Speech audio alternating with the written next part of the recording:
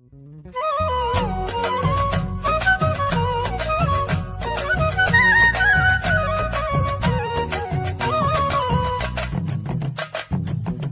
நிற சூரியன போல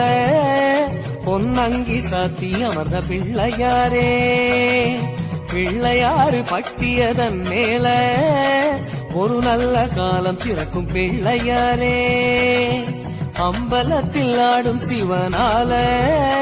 சுப ஆவணியில் முளைச்ச பிள்ளையாரே, ஆடி போய் ஆவணி வந்தாலே ஐயா அலையலையாய் பக்தர் கூடுவாரே, கொடிமரமேறும் ஒரு 10 நாளும் கணபதி நாதம் ஒலிக்க, 60 மூவர் உருகுதல் போல அடியவர் கைகள் குவிக்க.